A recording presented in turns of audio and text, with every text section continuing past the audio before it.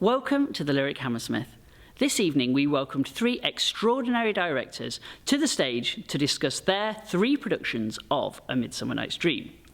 Artistic Director of Nabokov and Co-Director of Filter and Lyrics Production, Stef O'Driscoll, Deputy Artistic Director of the RSC, Erica Whyman, and Artistic Director of The Globe, Emma Rice. Enjoy. I'm going to start by talking about the universal and timeless appeal of Midsummer Night's Dream. So this year I think there are about 5 major productions of Dream, which includes a version performed at Little Angel Theatre. And so what is it about Dream that makes it so timeless and appealing for both directors and their audiences? Starting with? Fun. I think you've got 400 years of tradition and then cliches to play around with.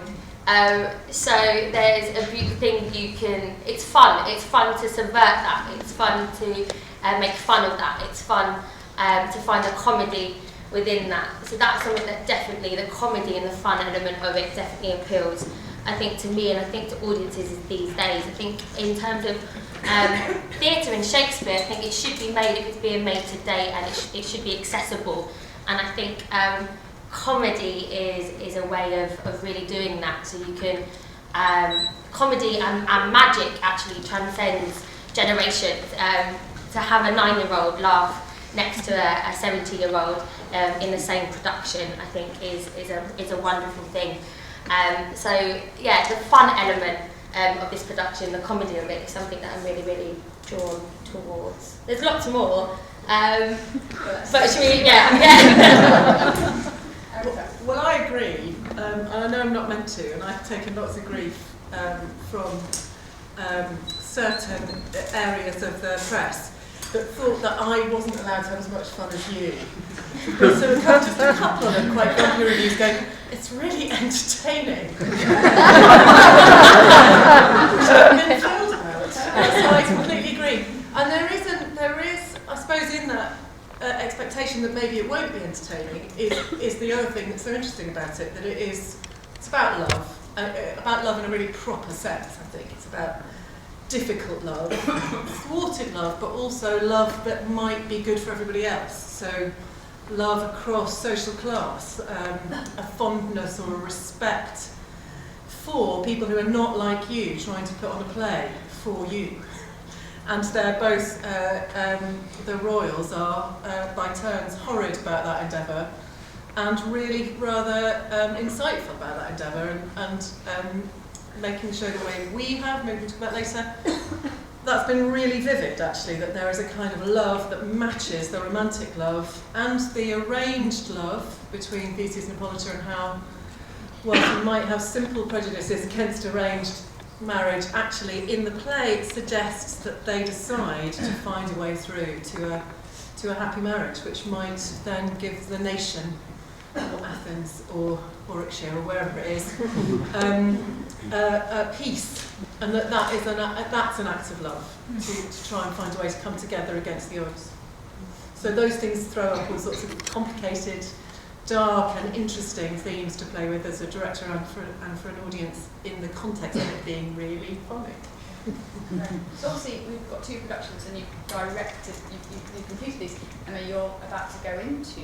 I start on Monday. So what attracted you? What made it? What was the reason behind your choice to make it the first show of your season? Well, I feel like I'm on Family Fortune, so they just have the 2 best answers. Lovely fun. I'll start with you. That's right. Well, all of those things. It's a joyful production. You come out feeling good, and I suppose as my first production, I wanted to be simple. You know, I love creating joy, and I love romance, and I didn't want to be peculiar. You know, I didn't want to go, it's Timon of Athens. You know, I thought, no, just sort of hit it in the middle, and sort of use the one that I like. It's also got the magical world, which suits me and my love of the strange and folkloric and magical. But it's also worth saying it's in my opinion, one of the easiest to understand. it's well structured and it's got really good situations, and the language is on the easier side. If you put the first half of Pericles next to Midsummer Night's Dream, you know, they're worlds apart, and I'm no scholar, so I wanted to start with a play that I could understand, and I'll build up my knowledge over the next few years. Right. So I think we've got three, and this is partly from the copy of your of the show for you, we haven't seen it yet, but three very different interpretations, and it shows a breadth of possibilities. So I think the way you describe it as naughty, tender, transgressive and surprising, a festival of theatre. And the RSC talks about past and present reality in a domain of theatre and the imagination, dusted with magic, glee and a sense that we can dream a better world. And lyric is part rock gig, part exuberant joke, subversive slapstick that fizzes with vitality. So I think they all kind of have a similar energy, but obviously very, very different. Can you talk a little bit about what informed your choice about the world in which you placed your theme? Yeah, sure. So I made a really particular choice actually about world, and I suppose it is in the context of the Royal Shakespeare Company and people's expectations of that, and the way we've made it. So I've made it with a professional cast of 18 actors and 4 professional musicians and 84 amateur actors in 14 teams from around the United Kingdom. So when you say we've made it, strictly speaking, we've only made a tiny bit of it. So we opened it in Stratford 3 weeks ago, and next Wednesday it opens in Newcastle, and in each location of our national tour is a different amateur cast. And every 2 nights we get a new group of 10 children who join the fairy train, which adds up to the upsetting number of 580 7 to 11-year-olds who will be in it from the schools we work with. So we made a big choice that it was about, it was an opportunity, exactly as Emma says, because of the accessibility of the story and the language, to do a participatory dream on a grand scale. And therefore I was very mindful. I wanted audiences who might be coming to it for the first time but coming to see the RSC do it, that they could see themselves on stage, and they can literally see their family and friends on stage, but I wanted to find a modern setting that we could recognise ourselves in, but I didn't want to set it in 2016 because it felt, to me, some of the trickier and more intriguing things about difficult love in a play. For example, a man in the first scene saying that he demands that his daughter be executed if she doesn't marry the man that he wants her to.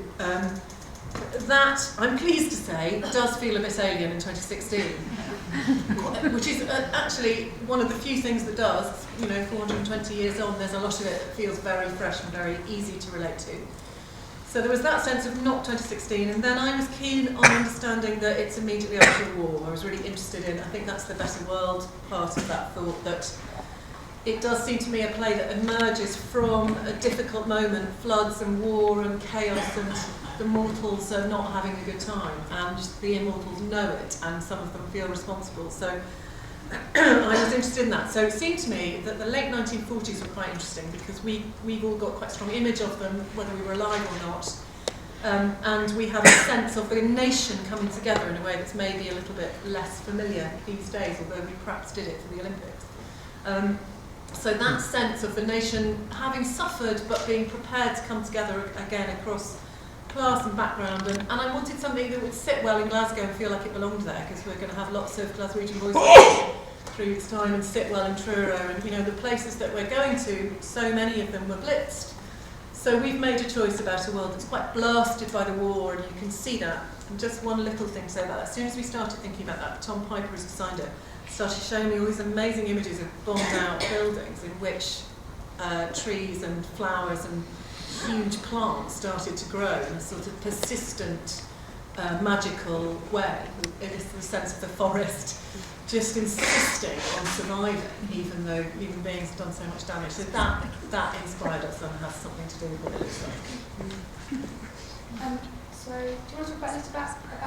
Yeah, because it's so again, mine hasn't been made yet, but I have obviously made some decisions, and I think I had an immediate thought that I wanted it to be Mexican, and anyway, as always with thoughts, you end up having better thoughts, and because of my last few months at the Glen, I've been listening to a lot of people and learning things that I didn't know. And I went in, as I'm sure you've read, which is that I said there wouldn't be Dublin hose because traditionally there's really only been allowed to do traditional costume at the Globe. And I thought, well, that's the first thing I'm going to get rid of because it's too restrictive on directors. You need to be able to have a vision and to be able to breathe, really. And I also thought they've had 20 years, so it doesn't, there's time for something else. But I started learning about Shakespeare, and damn it gets under your skin, and damn it, the Globe gets under your skin, and damn it, the history gets under your skin. So I changed my mind, and the two simple stories that were coming through were this extraordinary thing that happened with Shakespeare when everybody was basically just getting up in the morning and trying not to die, and believed that there was a God, and believed that the monarchy was real. Suddenly, the tectonic plates of humanity shifted, and up popped Shakespeare, this bloke who just went, "Why are we here? What do we feel?" and started asking hundreds of questions about what it is to be a human being. He's never, and wrote so much stuff. And I suppose I've fallen in love with him rather late, so I suddenly thought, God, that is really interesting. And then the other thing you hear is, in Elizabethan times, they played it in modern day costumes. So it would be as true to original practice to do it in modern day costumes. So my production is going to be the car crash of the two. The lovers are exactly the day that people are watching it, 2016, and the fairies were birthed by Shakespeare. So there's going to be Dublin hose. Can't quite believe it, but a little bit. Hopefully they're going to be a little bit rock star. I feel that they've been immortal, which must be exhausting, and they must be absolutely at their wits' end about how to entertain themselves. So there'll be a bit of a twist. But Elizabethan and I don't want to give too much away because hopefully everyone here is going to see the show after. But I don't actually know what world this is set in. And I think that's alright, that's part of the process of working with Filter. We're very clear that there's different worlds within this production. You've got the court and the lovers, you have the fairy magical world, and you have the mechanicals, and then they all get mucked up and have lots of chaos and anarchy and fun. But in terms of it, this production originally evolved and was made at for Latitude Festival. And so I think there's echoes even of that within this production. It was made for a field, less than an hour, just get up and do it. And the beautiful thing about working with Filter and the way that they work is that everything's kind of really actor-led. And so each actor comes into the room and goes, this is how I want to play this part, this is what we're going to do, and everything is made on instinct. And I think that's a kind of real kind of true spirit of what Shakespeare would want or did.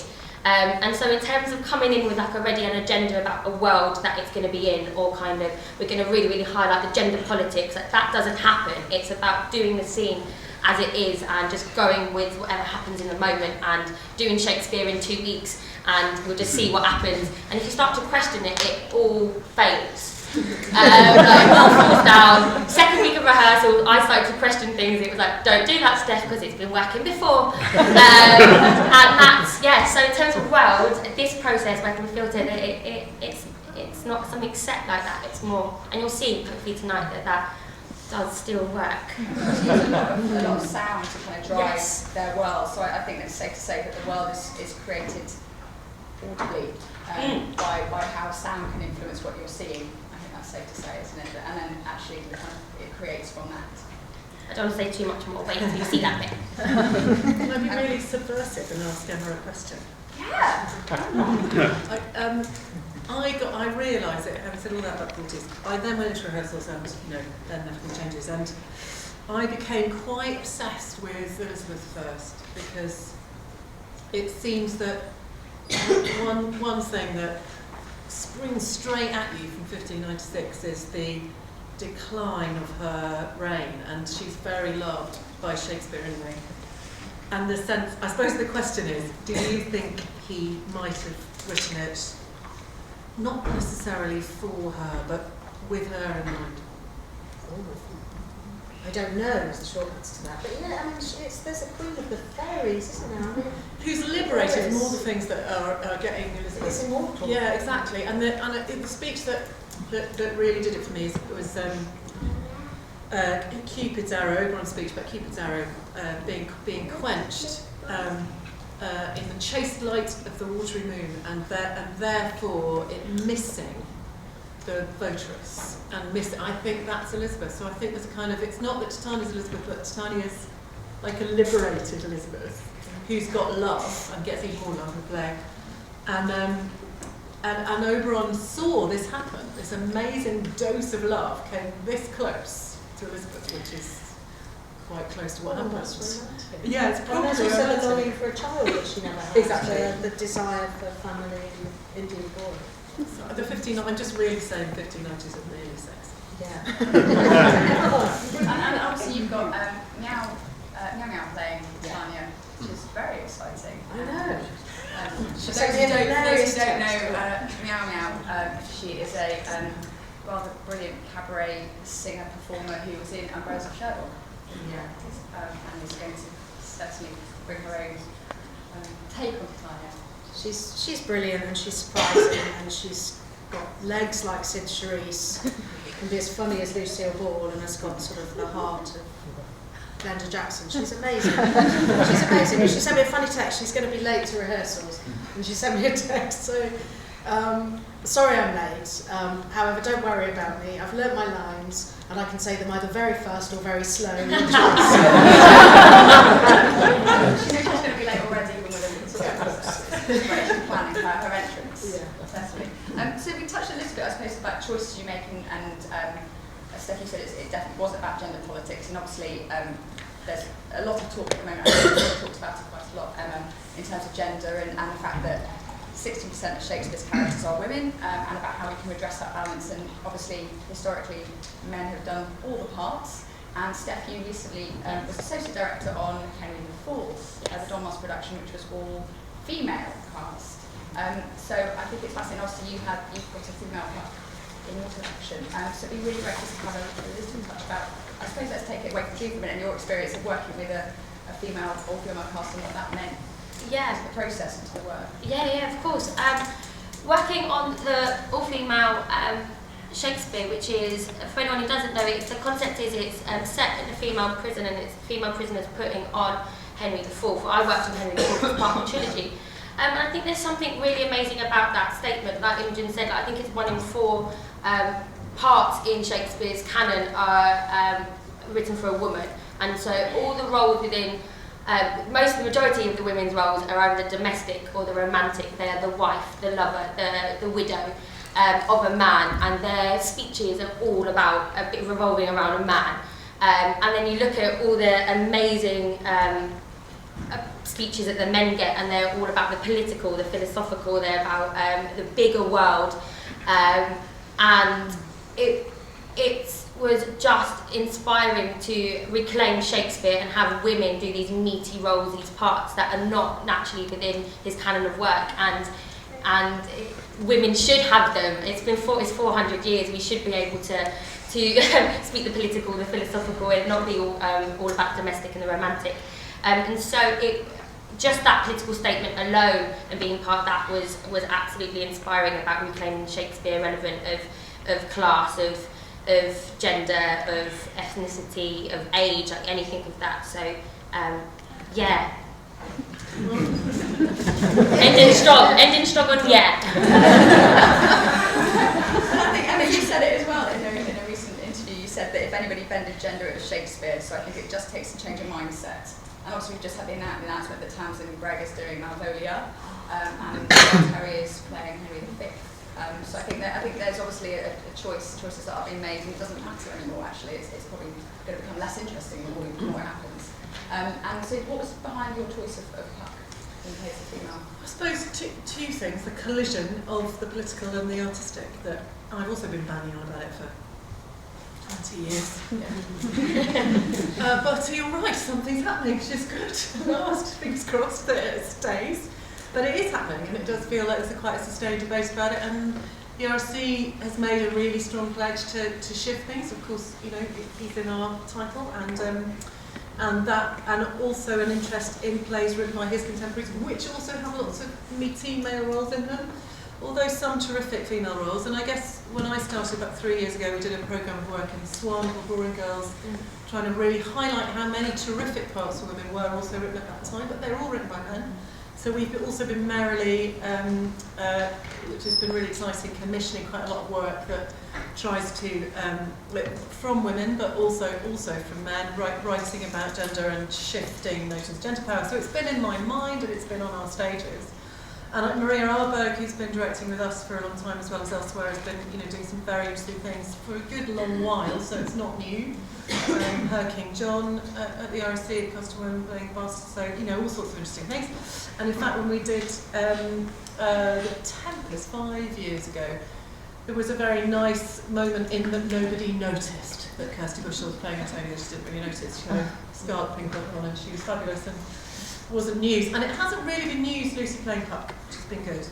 But the artistic is that actually in Dream I would take issue with that. I know exactly what you mean about the other plays, and indeed The Lovers in Dream, but Titania gets the best speech of the play. And it's a wholly political and philosophical piece, and it's a big speech and a wonderful speech.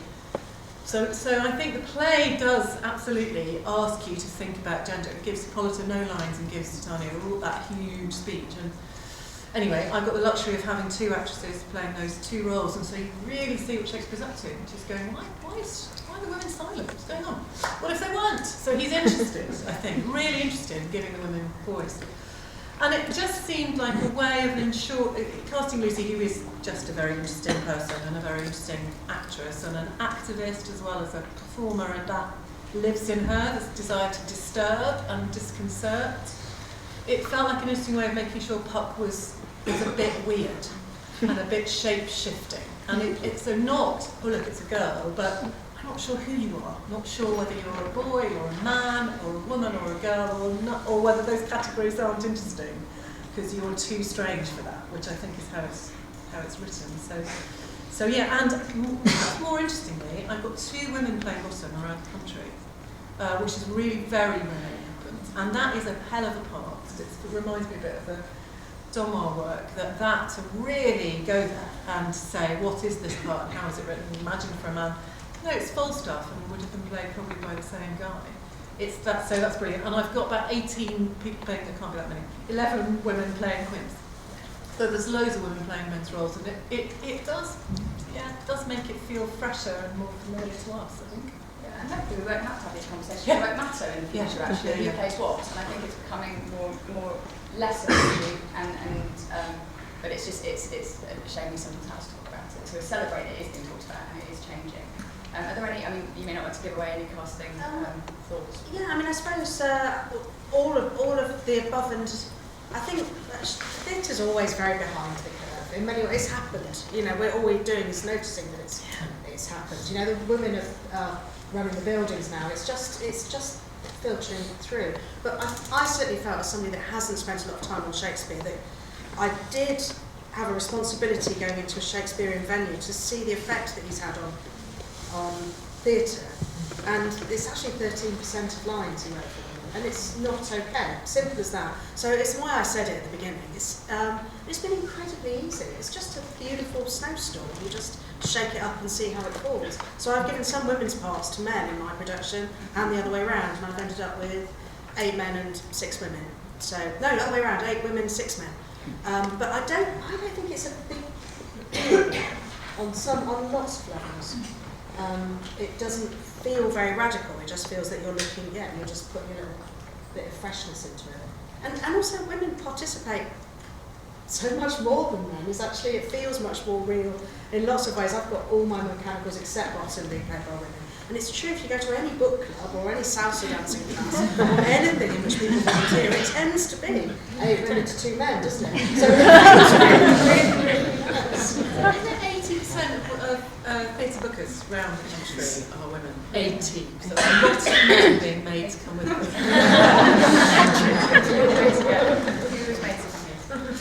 So I think that's probably a really good point for me to open up to the floor. So if anyone has a question, put up your hand and we'll start. Yes. I've got a question for Emma. I'm a great fan of Knee High, and I wondered when I heard of what your new role was, whether you're going to bring physical theatre and song into Shakespeare. Yes. I couldn't live without it, yeah. Controversially, we've put sound and lights into the globe. It's all take-outable if it doesn't work, but this year there will be not only sound but amplified music and lighting. Yeah. Just at the back. Would you say, as artistic directors, that A Midsummer Night's Dream allows you more to sort of flex your creative muscles more than, say, Women's Histories, purely because of the mystical, magical elements in it? The obvious answer is yes, and I've really enjoyed the directorial challenge because there is a lot of freedom. On the other hand, I think it's a shame if we start thinking that you're not allowed to do that with histories. You see what I mean? And evidently you can. Maybe it's a bit more, it's a bit closer to the surface in some way because there's so many references to theatre. So there is a sort of explicit provocation from Shakespeare to say, use your imagination and have to the audience and the performers. So yes, in that sense. But I do think we get a bit precious about other plays, and we shouldn't. You know, if we want to decide that Merchant of Venice is a tragedy, just an example. No, well, we made a Merchant of Venice that was really a tragedy last year, and we were told very firmly by a few quarters that we weren't allowed to. Which I think is because he's long since dead and he's a marvel, but he wouldn't mind. Find out what they mean. So I just wouldn't want us to go, oh, you can't do that with other plays. Yes? What were the most challenging aspects of your rehearsal process? Start with, let's go with Stef. Most challenging? Well, it's working with films is a very collaborative way of working, and it's everyone has a say within the room, which has, of course, it's it's a wonderful thing. It's not just like, it's not down to a director. There isn't a really kind of director, like my role as a director is not a traditional role as a director within that room. I'm more of a facilitator and also a generator. I suppose it's when there's loads of ideas and you've kind of got to move forward. I think it's beautiful because lots of problems are solved working in a collaborative way, so it's not all on my head. It's not like, I don't know what this means, and it's all, I've got to fully understand it, because you have a company to work with and everyone's sharing ideas. But I suppose what's challenging is when there's loads and you're like, right, you want to make sure everyone has a voice, everyone has a say, but having to move that on and kind of pick, okay, we're going to move this one for this reason. But working in a collaborative way, everyone kind of will know what's right as well within themselves, because everyone's kind of policing each other. Does that make sense? Yes. Great. Most challenging aspects. It's so hard to describe my crazy rehearsal because what I had to try and do in 6 weeks was get all 14 amateur companies ready remotely. So I've got 2 associate directors, amazing women called Tim Sykes and Sophie Ives. Between the 3 of us, we divided the country up between us, and through the 6 weeks we went to every group, and I had a thing called a mothership wherever I was, which was basically an interface that allowed all the amateur groups to watch what I was up to in rehearsals and watch what Kim or Sophie were up to in rehearsals. So it was sort of, that was mad, and they were quite, and they're making 9 BBC documentaries about it. So I was, of course, they are, in 9 different regions. So I was mainly being filmed twice, and there were extraordinary moments of trying to find more places for me to put microphones. It was very weird. and stamina, because I was rehearsing the professional cast in the daytime. Of course, the Dream allows you to do it largely separately in the different storylines, and then every Tuesday, Wednesday and Thursday night we went live to the nation, and on Saturday mornings all the bottoms, or some of the bottoms each week, would come to wherever we were and rehearse with me and Aisha Darker, who's Titania. So I don't know how to concisely answer your question, but stamina, trust, and the same thing Stef said, because actually a lot of the amateur groups spent a lot of time going, when are you going to tell us your secret vision?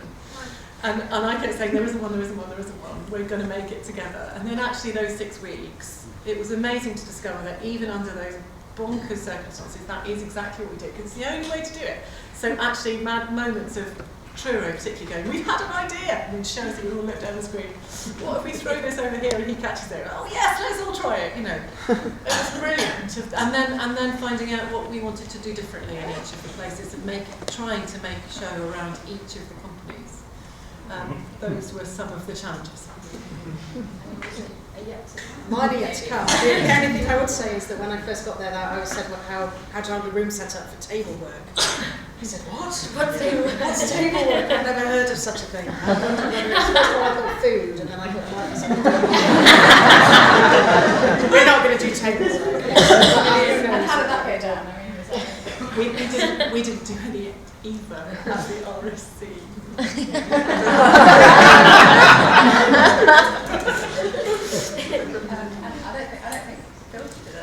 No, any time the Shakespeare text came out, we were like, oh, what's going on? Put it away, burn it. No, we didn't say burn it. Didn't say burn it. Thank you very much. Any other questions? Down here, yeah. So I'm actually doing my PhD on Erica's Dream, and over the last 6 months I've spent some time looking into the production history of it. And though you were talking about gender, what's noticeable here is there are 3 female directors, and looking at the production history of Dream that's been sort of consistent for the last 150 years, you wouldn't believe that a woman had ever directed it because no one is talking about it. So I wonder, so how do you feel about that? Do you feel that there has been a change, that this can happen? And also, how do you feel that critics react to that? And is it...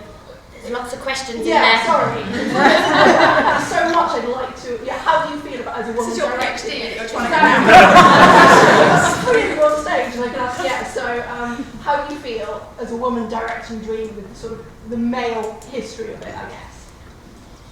I don't think about it at all. No, I really don't. I get up, I don't feel like a woman, I feel like me. I'm interested in things that whatever this mass is interested in. I don't think about it one bit. And the change has happened. It has, you know, I think, I'm not saying there's not big battles to fight, there always are. But, you know, it's not a story, but no, I certainly don't worry about anybody that's been before. I worried a bit about filter. Properly, in a really good sense. You know, I loved it. When I saw it, what did I say, 4 years ago? Yeah.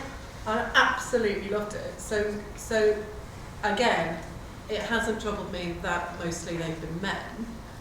You can't embark on directing Dream for the RSC, taking it around the country without going, look who's done that before. So yeah, I've been aware of the other productions, but including, for example, I've just been sort of haunted by Johnny up to a bit. Just going, how do I make sure there is a little, I don't want to spoil it for you, how do I make sure there's a flavour of that level of mischief in my show? So I guess it's the same answer, which is the history is interesting if it inspires you. If it sits on your shoulder and gets in the way, it's not interesting, and I haven't thought about it from the point of view of a woman, because I don't know what that is. Great. There's nothing else for me to add to that. I agree with everything you two said. It's not anything. I haven't thought the history of this production, and my role within this isn't like a typical director. I'm a collaborator. It's kind of devising. I don't know. Well, it's just not been a thing. I think the conversation has moved on, which is brilliant. I'm so sorry. I do have to say one thing. I'm so sorry. No, good, because I didn't know what to say. I was struggling. I was repeating things. Not true, but there have been some voices, like alive now, saying to me before, during, and after my rehearsal process that it's got to be funny from the first moment. And as I said earlier, I find Act 1, Scene 1 really distressing. Yeah, seems to me a brilliant bit of writing about generations arguing about the future and the past looking really cruel and grim. I have no idea it has anything to do with my gender, but I certainly think treating Hermia like that's not all right. I would assume all of you would agree with me. But there are voices that go, it's not very romantic though if you take that seriously. It's not very romantic to kill your daughter. I found the same thing in this production. We had to play the stakes of that scene. Like you have to. It's important. And the more you do that, the more dark you actually realise that this law of what's happened to this woman is. And we had to hold our nerve with that. I think a lot of the time you just kind of want to be at the funny bit, or you want that kind of that thing that happens when an audience laughs at a moment, and you kind of, as human beings, you go, oh, that's great, that feels really, really good. And then we realise that for us to really clearly tell the story and the world, and to show really what it's about, that we had to stay true to each section of that world, and that we had to hold our nerve. We had to hold the nerve in that scene, and not try to have the lovers try and play any comedy within that, and not to cross over at that point, because it's about to all kick off. But to have to really hold that like it was intended to. To go a little bit back to the question as well, I've just got a little bit of the fizzy slight rage. It's the question about what it is to be a female director. You know, I look at these brilliant women sat here, and we're here because it's our job and we do it really well. So you don't feel perilous and you don't feel lucky. It's what we do, and we do it really well. And I think the question on some level needs to stop being asked. I don't mean you, because you're writing a PhD on it, but that's how I feel, is that it's not an amazing position to be in, it's a worked for position. Polly Findlay, who directed that, in my view, brilliant Merchant, and just finished like it, she said a fantastic thing when asked that question not long ago, which is, no one says to female dentists, what's it like to be a woman being a dentist? I hope that's true, but if a dentist here will tell me that's not true, but I found it very useful to go, yeah, I mean, it would just be a mad old question if we were talking about dentists. Yeah. No, I think it's really true. I think it's going back to saying, actually, it's a shame we're still having a conversation to make focus on it. But it's also true to say we're not there in terms of equal representation yet. But it's almost like actually moving down, going, we're making waves, we're making movement forward, and let's stop talking about it. Let's just enjoy the shows and the choices that we make, and not have to draw attention to it and make a big thing about it. Yes. Can I just say that, Emma, I was just getting slightly fizzy then as well, because you guys, from your side of the fence, it seems perfectly natural. You do what you do brilliantly. From our side of the fence, or from mine in particular, it is amazing to see three women sitting up there talking to us like this. That is brilliant, and I am full of admiration for you. And so that lady's question was very valid, because it may seem all perfectly natural to you, but really it's something to be seriously proud of, and the conversation may not need to be had, but the applause needs to be heard. Thank you. Yeah. Thank you. Thank you for that. Yeah. Okay, so we're going to have one more question then. Do you think there's a limit to how much you can experiment with Shakespeare before it becomes too far away from Shakespeare, unrecognised? Have you watched this production? Are you about to watch this production? Okay, maybe hold that question until afterwards. I think actually let's hold that question afterwards. Always the answer no.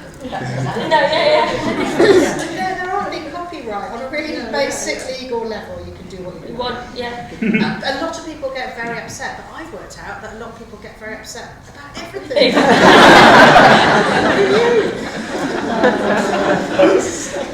And the plays, I don't think this gives any away, the plays are really robust. So actually, in terms of breaking them, i.e. becoming something totally new, it doesn't happen, because the stories are strong, and the imaginative quality in them, particularly Dream, is so rich and intriguing, and there are so many points of view in the plays that there are new plays, very good new plays, that if you don't really listen to what the author intended, you break them. They don't work anymore.